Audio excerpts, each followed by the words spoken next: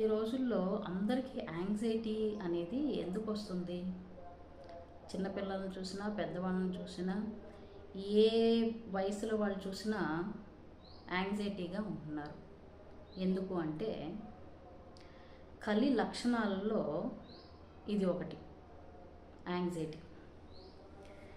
మనం చేసే పని బాగున్నా బాగోకపోయినా ఫస్ట్ ఫీల్ అవుతూ ఉంటాం. అంటే అదొకటి భయం అన్నమాట.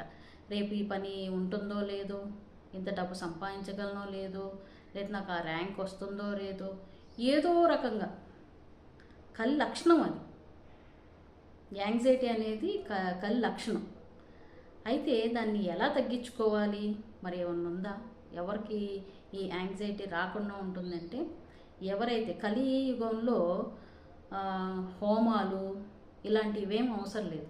భగవంతుణ్ణి నామస్మరణ చేస్తేనే చాలు,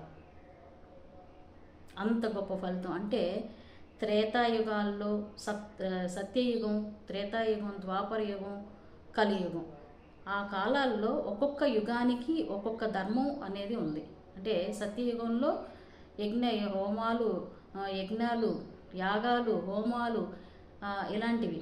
యజ్ఞం అంటే కొన్ని సంవత్సరాల పాటు చేసే యజ్ఞాలు ఉన్నాయి, అట్లా హోమాలు ఉన్నాయి. ఇంతమంది ఋత్వికులతో చేసే హోమాలు, అట్లానే యజ్ఞాలు, ఇవన్నీ ఉన్నాయి. కానీ అప్పుడు అంత చేస్తేనే ఫలితం ఉండేది. తర్వాత త్రేతాయుగంలో సత్యాన్ని మాట్లాడాలి. ఇలా ఒక్కొక్క యుగానికి ఒక్కొక్క ధర్మం ఉంది. కానీ కలియుగంలో భగవంతుడి నామ ఉచ్చారణ చేసిన వారికి యాంగ్జైటీ, భయాలు అనేవి లేకుండా ఉంటాయి. చూడండి, మనకి అసలు భగవంతుడిని తలుచుకునే అంత స్పేస్ ఎక్కడుంది? అందరినీ తలుచుకుంటాం, కానీ రోజు ఎప్పుడో కష్టం వచ్చి చాలా ఇబ్బంది అయినప్పుడు ఎవరైనా చెప్తే ఏమన్నా ఆలోచన చేస్తారేమో, ఆ దేవుడు ఉన్నాడా అండి అంటారు అప్పుడప్పుడు. అంటే ఆ నామం ఉచ్చారణ చేస్తూ చేస్తూ చేస్తున్నప్పుడు నీ సోలుకి నువ్వు కనెక్ట్ అవుతూ భగవంతుడితో అనుసంధానం చెంది నీలో నువ్వు ఒక కాన్ఫిడెన్స్ అని, ఆ నామ ఉచ్చారణతోనే నీకు ఆ పవర్ అనేది వచ్చేస్తుంది. రామ రామ రామ అంటేనే అంత పవర్ వస్తుంది. రాముల వారిని కలవక ముందే హనుమంతుల వారికి రామజపం చేసేవారట.